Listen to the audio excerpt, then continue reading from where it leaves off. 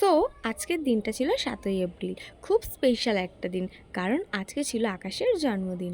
আর এই দিনটাকে স্পেশাল করার জন্য আমি তো চলে এসেছিলাম ওর জন্য একটা কেক নিতে।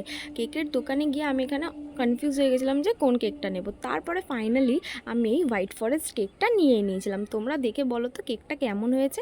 তারপরে ও আর আমি রেডি হয়ে একটু বেরিয়ে গেছিলাম। ও আর আমি গেছিলাম আকাশের জিমে। ও যেখানে জিম করে সেখানেই কেক কাটার জন্য। তো তারপরে ওখানে কেক মেক কেটে নিলাম। আর এইখানে দেখো, ও যেই জামাটা পরে আছে, মানে যেই শার্টটা পরে আছে, সেই শার্টটা ওকে আমি গিফট করেছি। তোমরা জানাও তো শার্টটা পরে ওকে কত সুন্দর লাগছে।